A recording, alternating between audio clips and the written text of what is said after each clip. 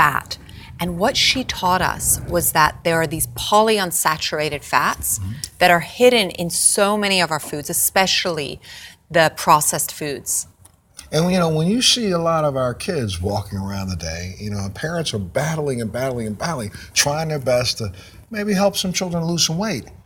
We're really fighting against us because hidden inside of what we eat are these polyunsaturated fats, correct? That's right. And so what Dr. Shanahan did was transform the way that I ate, but even more interesting is she transformed the way the Lakers ate. So she worked with them for years and years, really helping them through nutrition. Take a look at what Dr. Shanahan has to say. Thank you so much for being here. I can't wait to learn from you in so many different ways. Can you just share a little bit about your background? My name is Cate Shanahan, and I'm a medical doctor. I went to medical school not far from here in Rutgers, New Jersey, and then went on to do family medicine because I couldn't make up my mind. In family medicine, you don't have to make up your mind. You get to see everything and do all the detective work for the other specialists. Before I went to medical school, I was going to be a genetic engineer. I actually went to Cornell for molecular biology and genetics in their biochemistry department. So I learned quite a bit about the inner workings of the cell. The cell is really where our health comes from. And so the better you understand how all those parts in the cell work together and what is the chemical makeup, the better that you can really understand how diet impacts your health. So I went to medical school, which actually was my first dream because my dad was a doctor and I always just assumed I'd be a doctor growing up. And I figured, maybe I'll be able to get to the underlying cause of some of the things that really seemed to bother me actually as an athlete. I was a serious athlete in high school and college, and I had recurring shin splints and tendonitis and like every other kind of itis. And it was just bizarre to me that I was so plagued with these things where other people on the team didn't have any problem like this. And so my goal became try to get to the underlying cause of these kinds of diseases and chronic and recurring health problems. But that dream was dashed too, because in medical school, we really don't learn the underlying causes very much. We more learn how to codify diseases and name them, and then, what test to do this, what test to order in order to codify and name and identify the disease so that we can match it to the right prescription. So that kind of became, I became like resigned to the idea that I would just be one of those doctors that just, try to have a good time and with my patients. And basically, I think Voltaire said that the physician's job is to entertain the patient while they get better on their own. So I kind of just resigned to doing that until actually I got sick, really sick. This time, my bad connective tissue problems didn't go away. It wasn't just like a normal sports injury. And I couldn't walk for an entire year and nobody knew what was wrong with me. I had surgery. How old were you when that? I was my late 20s. Okay. Just around 30 maybe. And I was devastated because, it was hard to work and I was getting in trouble at work. My boss was telling me you need to be, you can't be just sitting there. You have to, walk to the patient's rooms. And he was like, there's not even anything wrong with you. He thought I was faking. Wow. Yeah. It was horrible. What was actually physically going on with you? Well, my knee was painful and swelling. And then when I walked more than just a few minutes at a time, I would actually get fevers and sick and, feel weak and terrible. And so nobody really figured out what it was. I kind of figured maybe it's some kind of a virus. And when I had that thought, I started thinking, well, I wonder if there's something I can do with my immune system. And my husband actually had been pointing out to me for quite some time that my sugar, my sweet tooth was a bit out of control. I actually put about a quarter cup of sugar in my coffee in a special syrup that I had to make myself every morning. Had you always done that? Had you always loved sugar so much? I had, yes. And I would go for a 10-mile run and eat a pound of M&Ms. Wow. And I did not think that there could possibly be a problem because I was burning it off. I wasn't, getting particularly heavy. So I figured it was all fine. How could it be hurting my health? I had no, the thought didn't go any deeper than that. And that's everywhere. I see that all the time. I experience that myself. You almost feel like you're able to sort of like scoot nature in a way. Yes, I can stay lean, I can stay thin, I can exercise a lot and eat all the sugar. Absolutely, right. That's focusing on calories, right? We lose sight of the fact that food is really much more than calories. It's chemical information. And this is kind of where, when I started thinking about this in this direction, thanks to my husband's inspiration, I started realizing that, yes, there's consequences of eating sugar. For one of the most important consequences was that it's very simple. Sugar is sticky. And when we eat too much sugar, if our blood sugar level goes up, all that extra sugar sticks to other molecules inside our cells, and particularly in our joints and our connective tissues, and our white blood cells. When your blood sugar is elevated, it sticks to the white blood cells like little fingers that they have to use to feel for foreign invaders, bacteria, to identify self from non-self. And one of the realizations that I had once I started applying the biochemistry I had learned at Cornell to the cellular biology that I had learned in medical school, I realized, well, those little fingers are going to be gummed up. It's like giving your white blood cells, oven mitts, forcing them to wear oven mitts when they need to feel. That's how they see their world, is through feelings, or literally little fingers that they emit. And so if you had too much sugar, that could suppress your immune system. So I started cutting back, and I started noticing that my knee problem was getting a little bit better, and I could walk a little bit farther without developing problems. How long did this take you once you had that moment where you thought, okay, I'm going to apply my experience, my education to what my husband's just said to me? How long did it take to start cutting back and then starting to notice some of the results? Well, what happened was my husband actually handed me a book by Andrew Weil called Spontaneous Healing. Yes. And in that book, Andrew Weil brought up the concept that I had never heard before of omega-3 fats, right? These are the beneficial it's why everybody takes, fish oil these days, right? Right.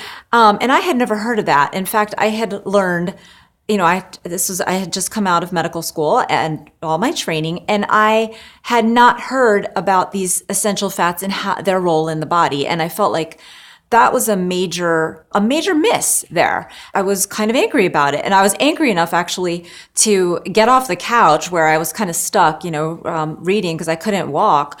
And I flew to another island in Hawaii, the Oahu, to go to the medical bookstore and buy a biochemistry book, which I read cover to cover. And in doing that and focusing on fats, I realized that there was a whole world of amazing biochemistry going on right underneath my own skin and my own patient's skin that I was starting to understand. It was kind of like in The Matrix where Neo suddenly starts seeing everybody in like those little digital things. Yes. It's like, oh, this is how it works.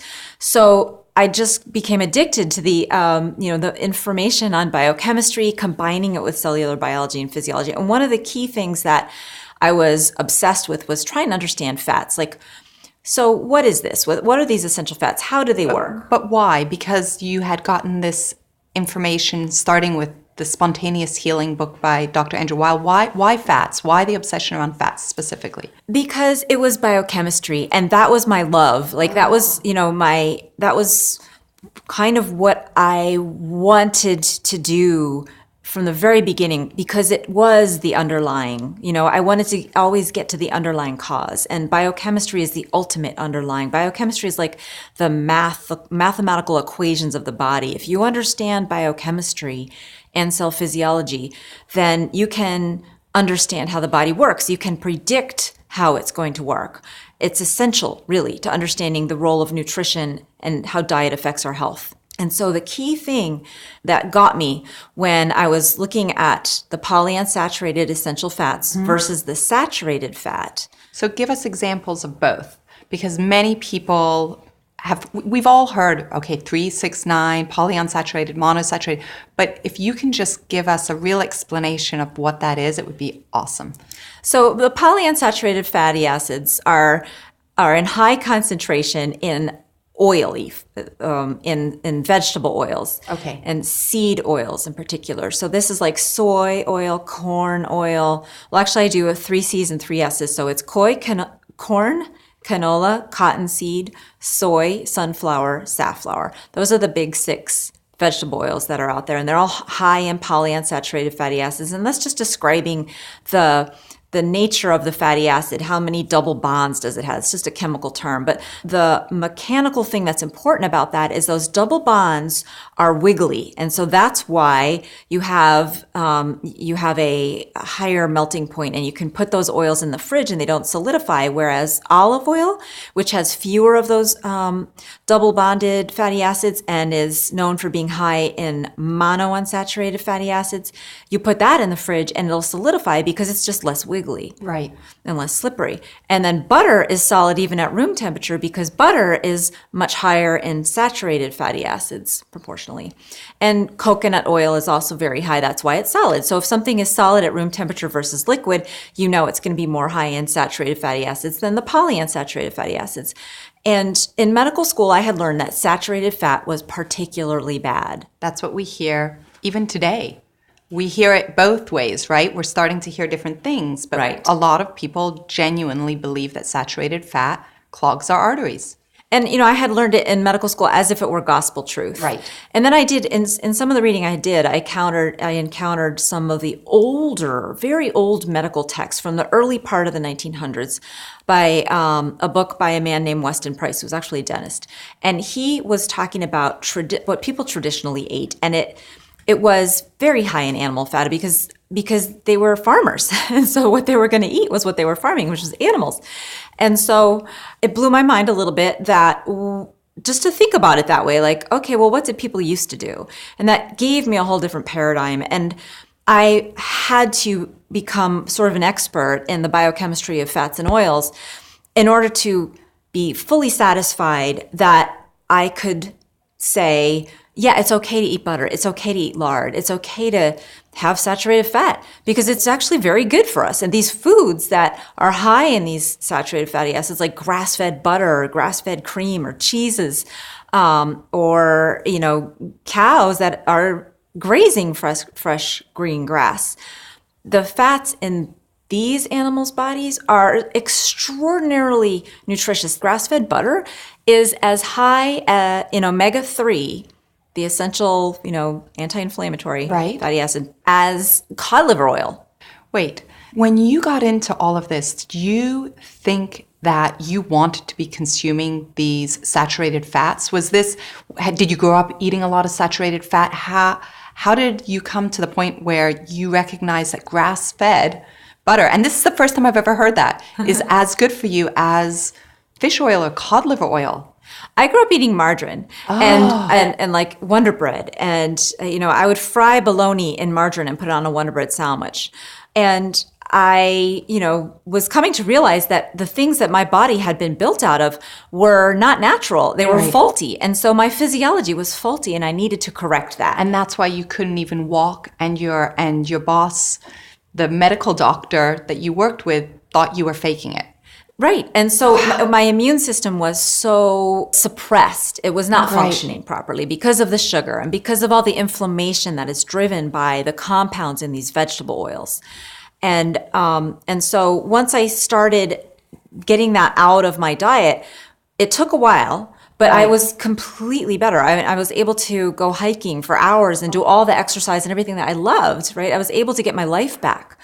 But the thing was, I was a doctor. It wasn't just me, right? I wanted to share this information with my patients, but I wanted to make sure that I wasn't going to be giving them heart attacks. And so that's why I spent so much time poring over biochemistry books about the biochemistry of fats and coming to understand one key thing. That is the reason the saturated fat is not bad for us. It is naturally anti-inflammatory. Saturated fat is naturally anti-inflammatory. That's right. It resists reacting with oxygen. Whereas the polyunsaturated fatty acids, very, very differently. Their wiggliness from those double bonds that they have, and those double bonds that they have makes them very susceptible to reacting with oxygen. And when that happens, it generates spontaneous chemical reactions in the body that are out of control of the cell. And cells are control freaks. They need to control just about every single reaction. And losing control of these oxidative reactions causes oxidative stress. And oxidative stress is the great disease maker. Vegetable oils are oxidative stress in a bottle. Oxidative stress is the reason cigarette smoking is bad for us. And cigarette smoking is really what caused the rise in heart attacks, for which saturated fat is blamed. So saturated fat became the fall guy for cigarettes. Wow. And so all of this insight came really from just understanding a fairly basic biochemical concept, which is oxidative reactions, but just applying it to biochemistry, to cell biology, and to human physiology, and the circulation of fats in our bloodstream. So I eventually became confident enough to be able to tell my patient, look them in the eye and say, you can go ahead and enjoy your butter. You can have your eggs. Right. It's actually good for you. And throw away your Wesson oil. Throw away your corn oil, your vegetable oil, your soy oil. Get those out of your kitchen. One of the old paniolos, which is the old cowboy term for cowboys on Hawaii, he said that when they were little growing up, of course they ate like lard and everything. They just ate what they grew. But what they used the Wesson oil, that's cottonseed oil. What they use cottonseed oil for is tanning leather. Wow. And the reason it works to tan preserve leather is because it's kind of like it creates a lacquer. You get like this oxidative flash of oxidative reactions that are called a free radical cascade, where all of these separate liquid molecules react with oxygen and start bonding together like an epoxy. And that is exactly what can happen inside your body, in the cell membranes of your body, in the lipoproteins that are circulating in your bloodstream when your diet is too high in these polyunsaturated vegetable oils. So get them all out of our kitchens. We should all do that immediately. From all the research and all of the insight that you have, can have what kind of an impact on our health? Like, how quickly can this transform our health? So it is amazing. I mean, it does, of course, depend on how much you're getting. The average American is getting probably somewhere around 30% of their daily calories from these vegetable oils, because they make their 30%? I didn't realize it was that high. Yeah, it is the most significant factor in promoting oxidative stress and inflammation in the American diet. And no one's talking about it. No one is. No, we're starting to hear different things about the way that these oils are processed, and maybe you can speak a little bit about that. These oils are coming from seeds. Right. And they're tightly bound to the seed.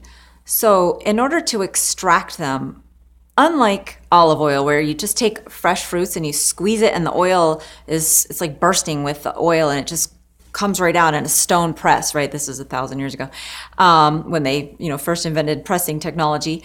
But you can't use that same technology to get oil from a canola seed or a cotton seed or corn, because it's tightly bound. So what you have to do is use harsh chemicals, solvents like hexane, and high heat and pressure, and then you extract the oil, but it's a complete mess because it's been so abused, and then it has to be refined and bleached and deodorized, and all of that processing creates these a flavorless oil that the flavorlessness itself it should be an indication that something's funny to the inner chef in all of us.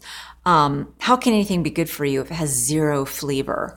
What it happens is that the molecules are mangled, right? So there are some intact polyunsaturated fats in there, some intact omega-3, some intact omega-6 and saturated fatty acid and all this, stuff that would actually be useful for us. But there's two big things that happen. One is that the processing strips away a lot of the antioxidants. So now you don't have the vitamin E, and you don't have, you don't have a lot of the minerals and other things that make seeds good for us. They're now gone. But also the molecules are mangled, and you can only clean up so much of that mangled molecule. You don't get all of it out through the process. Even those extreme, harsh processing steps don't remove all of the toxic mangled molecules. And so that in a bottle of even expeller pressed organic canola oil, for example, sitting on the shelf, there's at least 5% of distorted molecules. One way of measuring these things is we look for trans fat. And one of the worst of these molecules is 4-hydroxynonenal. And the total amount of this one kind of mangled molecule that contains trans fats in some of these bottles is 5%. So if you're getting 30% of your total daily calories from this stuff, and 5% of that are toxic compounds, and I'm talking about compounds that are as toxic as PCBs, as toxic as mercury and lead, that you're eating not in microgram, invisible amounts, but in gram amounts that you could see with the naked eye, or that would actually, if you do the math there, 5% of 30% is a lot.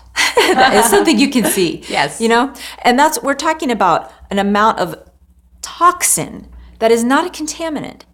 So that's why I say these are the most important toxin in the modern food supply, and no one is talking about it. No one is talking about it. But Dr. Shanahan, you've been studying this for how many years? 15? 15 years now. 15 years. Mm-hmm.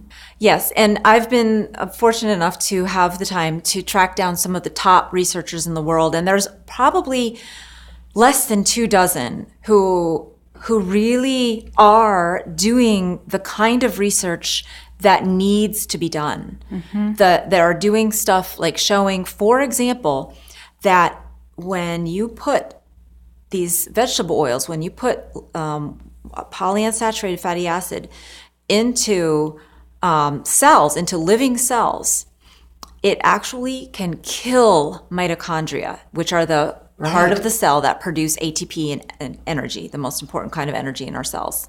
It kills them. So there's very few people that do this kind of research because it's very tricky to do. Actually, the compounds are very reactive. There's so many variables. It's difficult to control, and it's very difficult to get funding. Yes, of course, because when you think about how much money is made from this 30% of our diet, and there are just a few companies that are supplying these oils, it makes a lot of sense, right? Where does the funding come from in general? Exactly. Nutrition funding is always coming from agribusiness, big food, right? Which is always processed food. And these processed vegetable oils are, they're so integrated with this country's politics, right? Mm-hmm. These are commodities that are corn and soy. Canola is traded on Wall Street. They have to maintain the value or the economy will collapse. Farming as we know it will be in chaos if suddenly you take away, the monoculture agriculture crops. So that's why there's this wall around these oils, as if that, you just cannot declare them bad. So how do we, I'm a mother of 4, everybody that's watching this, we all have families, we're all thinking about our own health, and how do we make that first change that can transform our health, that of the people we love, our parents? What do we do? The most important thing is to decide that it's a priority for you, because the mind is so powerful.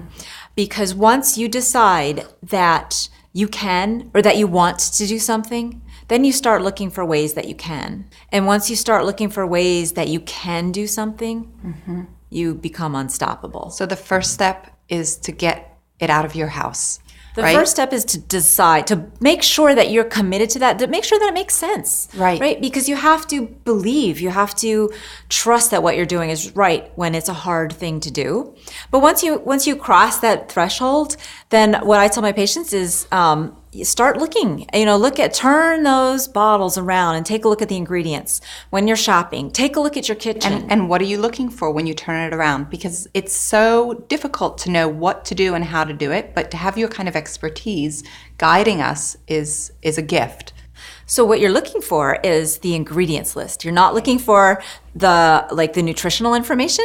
You're looking for those vegetable oils in the ingredients. So that's going to be the corn, canola, cottonseed, soy, sunflower, safflower, and there's a few more that have been started to be added, like refined palm oil. Right.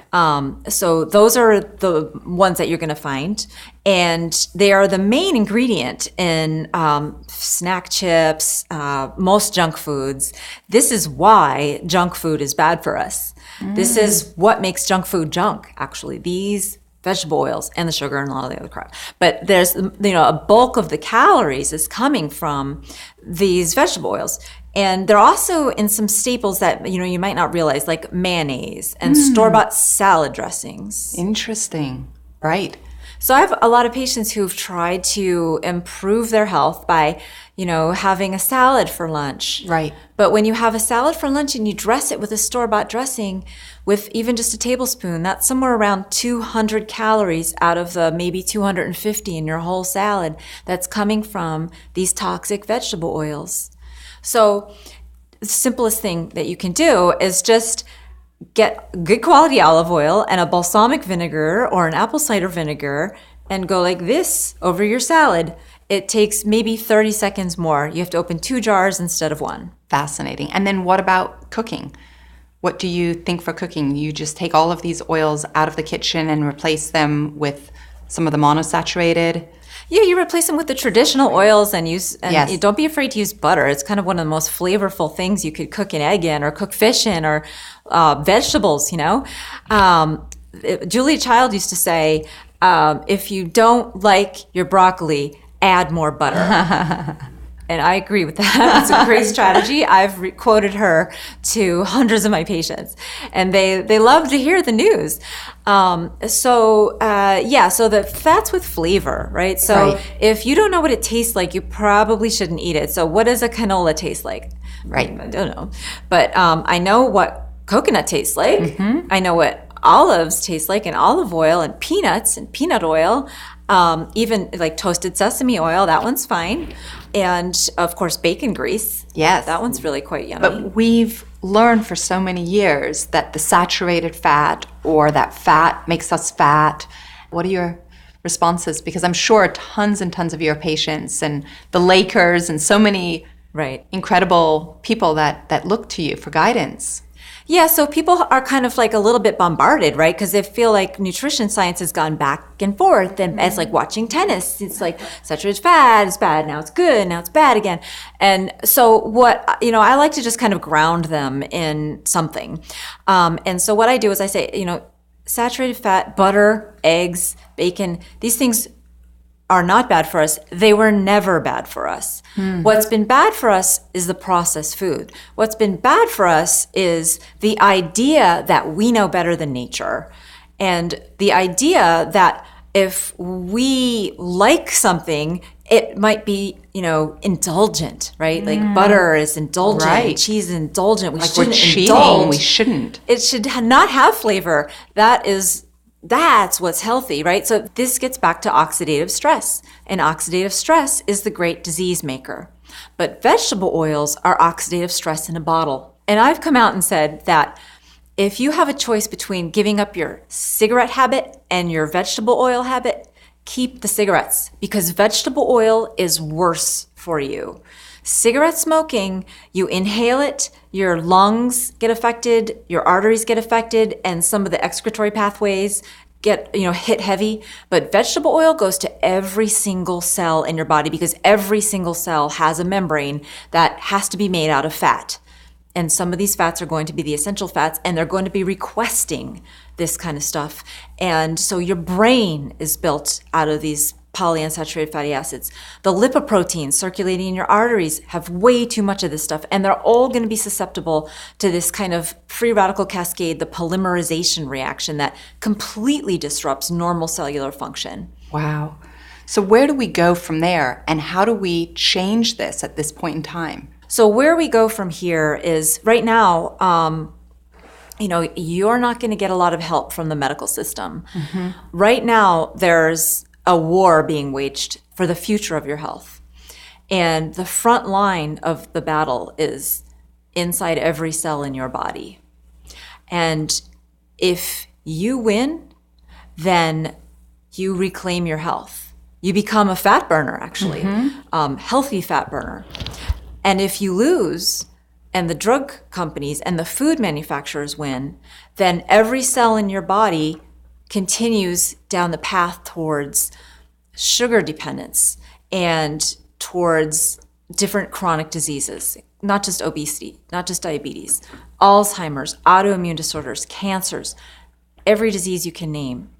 Because in the system as we have built it right now in our country, America is a great country, but we have built the worst, most dangerous healthcare system because we are profiting off of the creation of sickness. But what we've done now is we've gone past selling sickness and just selling the idea of you need to take drugs as part of aging. We've actually gone into a much more sinister territory where we are creating sickness. We are telling people to follow a diet that damages your cells down to the level of your DNA and disrupts every potential function in your cell. And from there, we get disease. For me personally, growing up in Europe, where there's such a different relationship to food, to real food, I never had margarine in my life. My parents wouldn't let me get close to it. We would take the cream off the top of the milk. And that was the life that I grew up in. And coming to this amazing country and seeing the opportunity to build incredible businesses, and we have such an entrepreneurial, beautiful country, there is nothing that is more heartbreaking than to see how that turns itself on its head and puts us and our health and the health of our families into the position that you're describing right now. Yeah, we've commoditized disease. We now depend on disease in order for the economy to keep rolling along. I think healthcare is it's a huge part of the GDP now. And so if we suddenly stop having suddenly start getting healthier, there's a lot of restructuring that's going to happen. There's nothing wrong with that, of course, I'm saying, but it's just there's a lot of resistance. So my point is that you're in a lot of ways not going to get help from the government. You're not going to get help from institutionalized medicine. We have to help ourselves. We have to create the will to do it, and we have to create our own little healthy communities. And Dr. Shanahan, when you say take the vegetable oils out of our kitchen, that's not hard. That's not hard to do. That takes about 5 minutes to throw them in the garbage and then make the conscious decision to use something delicious like grass-fed butter to cook with, to put on our food, to feed our children with, to nourish our bodies with. That's not hard stuff. But again, if we go back to this idea that fat makes us fat, how do you speak to that? So when I talk about with some of my patients, especially those who want to lose weight, right, then they have this idea that, okay, fat is most of this country, right? Actually, it's the majority. What is the majority? Yeah. So I believe 60% of adults now are overweight or obese. Mm-hmm. And the average American woman is 160 pounds, 5'4". So that puts her in the almost obese category. So of that 60%, do you know, are there more women that are part of that 60% than men? Is it sort of equal between the two genders? It's slightly higher in women, right. Yes. So what I tell my patients, what they're struggling with, when we start talking about fat, we're talking about macronutrients, right? We open the conversation about protein, carbs, and fat. Those are the major macronutrients. And of those three, carbohydrates affect your hormones. When you eat sugar or a very starchy meal, it's going to affect your insulin level. Your insulin level has to spike. And doing that actually is bad for your body's ability to burn body fat for energy, because insulin blocks the release of fat from storage. It locks the door to the fat closet. So your fat is locked in the fat under your skin, right where you don't want it. So we have to consider not just the calories, but what do those calories do? It's information. Food is way more than just calories, it's information. And when we have carbohydrates, we're telling our body to release insulin and lock the door to the fat closet. When we have fat, a lot of calories from fat, we swap out the carbs for fat. Carbs should not be the main source of your satiety. But and do we get satisfied from carbs? Because I always find myself, once I start to eat more and more carbs and more sugar, and look, I love chocolate. I love all of those things, just like the rest of us. But once I get into that, then I find myself craving. My cravings just go off the chart. We crave them and we satisfy a craving, but we do not satisfy our hunger. Right. And fat, on the other hand, is hormone neutral. It doesn't cause the release of insulin. And so it actually suppresses our appetite, suppresses our hunger. It truly satisfies because fat is the body's preferred fuel. Our cells work more efficiently when we're burning fat than when we're burning sugar. And their favorite kind of fat to burn is body fat. Okay, so our cells have preferred choices in fat and what they can burn? Yeah, the different types of fats Yes. are more or less able to release their energy when they go to the mitochondria, which is the part of the cell that creates the energy for the cells, the ATP energy. So the mitochondria actually are killed by the polyunsaturated fatty acids at high enough concentrations. They kill them. Or even at lower concentrations, they prevent the mitochondria from functioning normally. They cannot make ATP energy. They can't do their job. So it's called being uncoupled. It's called uncoupling the mitochondria. There's a kind of fat that is very readily burned that gets into the mitochondria very easily, and that is a short-chain saturated fatty acid that's 7 or 8 carbons long. So it's actually octane. And it's no coincidence that that's what we put in our cars because it's when we want a high-performance engine, it's the same chemistry at work, the same energy being released when the bonds are broken. And so octane is our mitochondria love it. And so they can produce energy for us much more readily when they get octane. And how does body fat make sure that that happens? Well, the body's really smart. And when it's storing fat, it doesn't just mindlessly take the fats it got or the extra calories it got and just put them on a shelf. It actually modifies them in a very smart way so that it can later release them very quickly in that octane form. And the way it does that, actually, it turns out that one of the best fats for burning is this fat that's high in olive oil. It's the monounsaturated, because the body can actually just, the numbers work out, the math works out. So it's 16 or 18 carbons, both monounsaturated fats with one double bond in there. It just chops it in half right at the double bond, and it gives it a 7 or 8 carbon saturated fat that gets pushed right into the mitochondria and just burned like mad. And so that is nature's design for our own body fat to be our most sustaining source of energy. And so there's a very precise blend of fatty acids that our fat is supposed to be formulated with. And we mess that up when we eat so much vegetable oil. The amount of vegetable oil that we're now consuming, when researchers start looking at how is that affecting our body fat composition, they found that we have 7 to 10 times higher concentration of polyunsaturated fats in our fat tissue, in our adipose under our skin, than people did in 1940. Does that make it more difficult to burn that actual fat? Absolutely.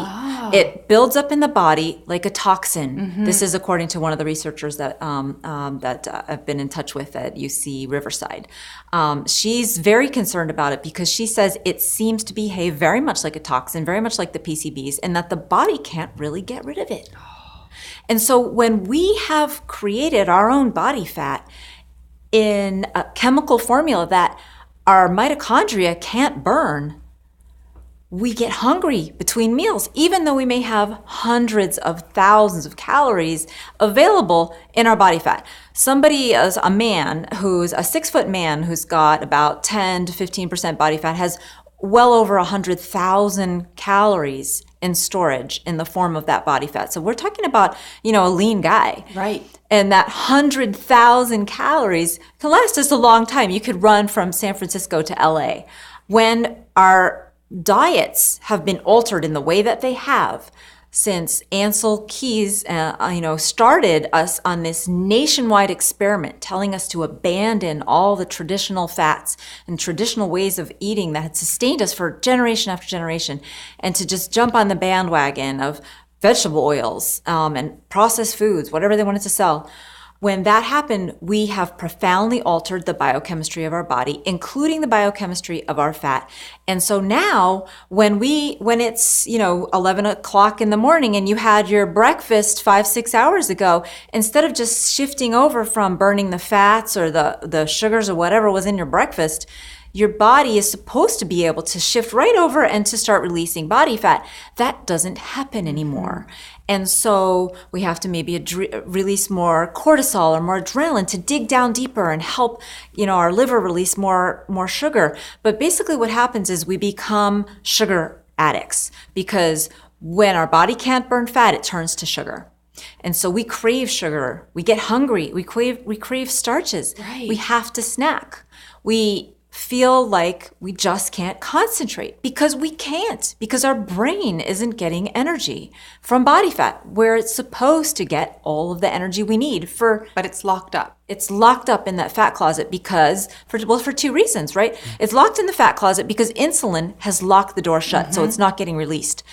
Unless you release more cortisol or more adrenaline or you drink coffee, well, then it helps unlock a little bit, and a little bit of fat might come out. But if you have been having this high vegetable oil diet for too long, then what's stored is fats that your mitochondria won't burn even once they get delivered, because it will kill them. So when you unlock the fat door and you're filled with these vegetable oils, what do we do? How do we navigate that? There is a solution, but you have to be very smart about what kind of changes you're going to make.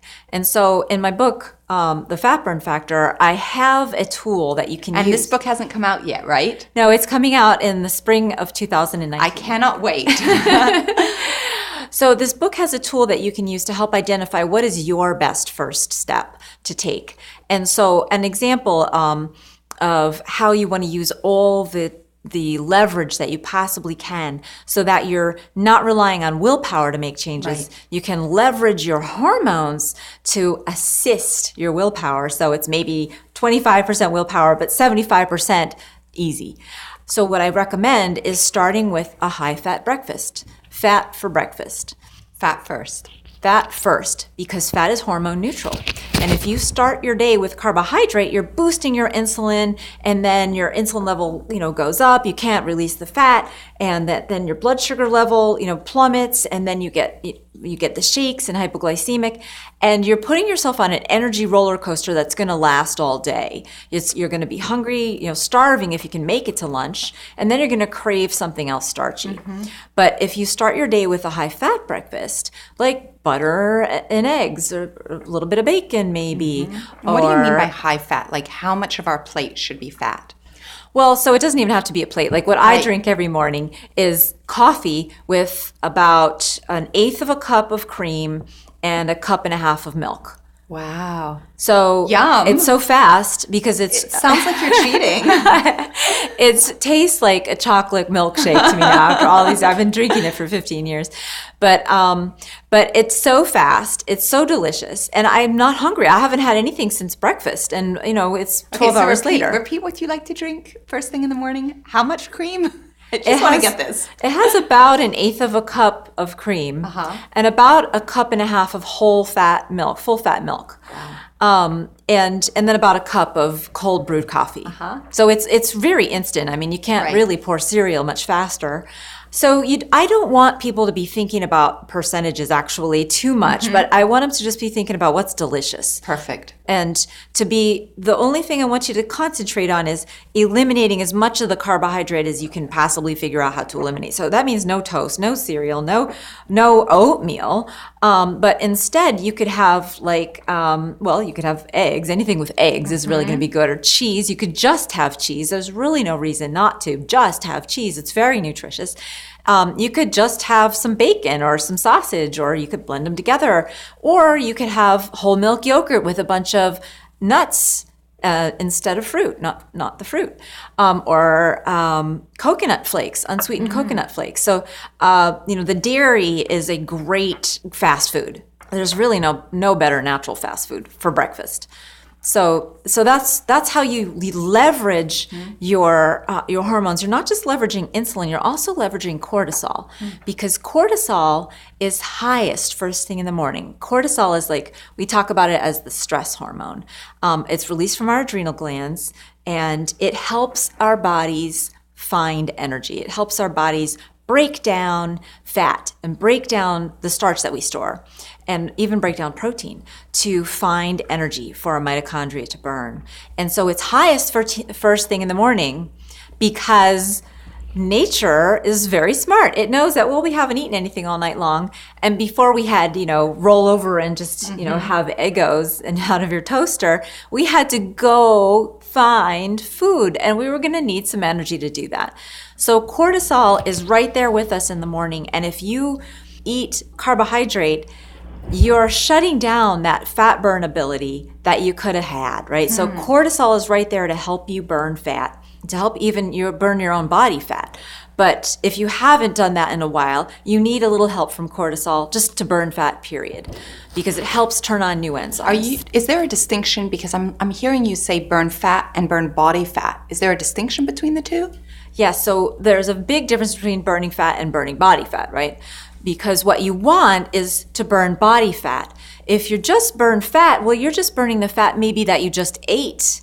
And that's not going to help you lose weight. You're just going to be burning the fat you just ate. And just like anything else, when you've burned through that, if you can't burn body fat, then you're going to get hungry again. But take somebody like you. You're so lean, you're so thin, you don't want to burn any body fat, I can't imagine.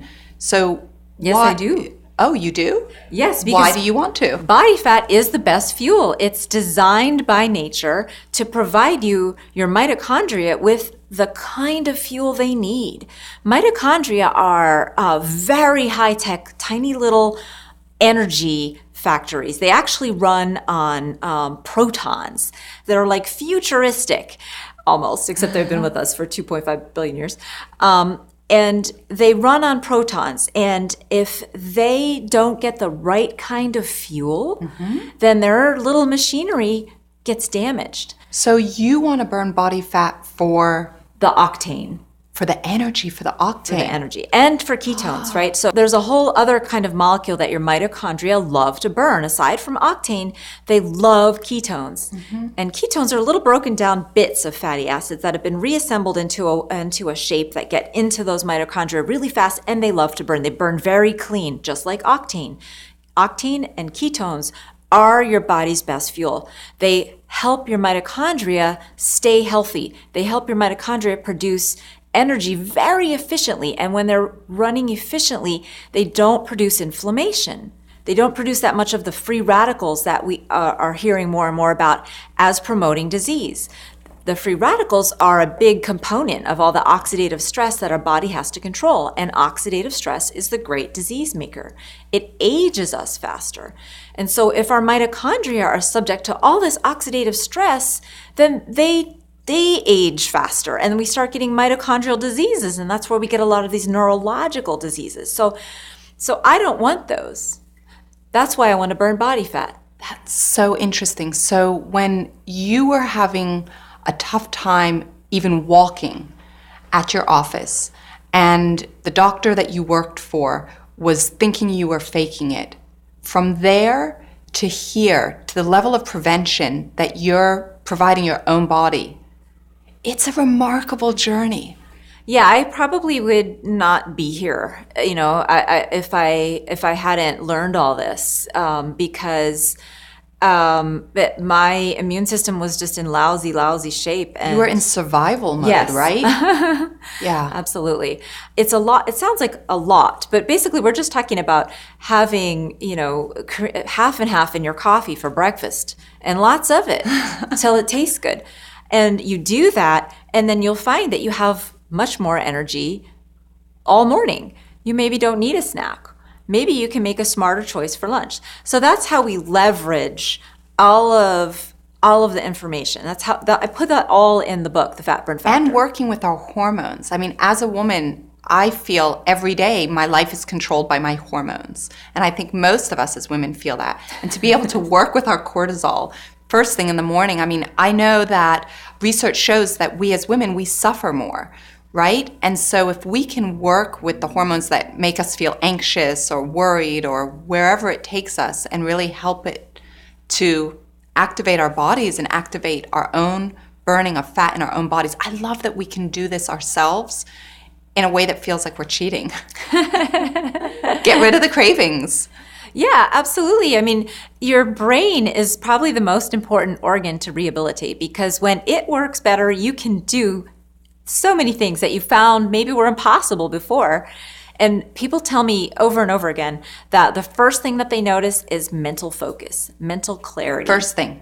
They might even notice that in the first day. Right. But after a couple of weeks or months of eating the kind of diet that I recommend and getting your body's fat burn back on, that they feel like they can never go back. People have done IQ tests and found that their IQ has gone up by 15 points. My goodness. You don't have migraines.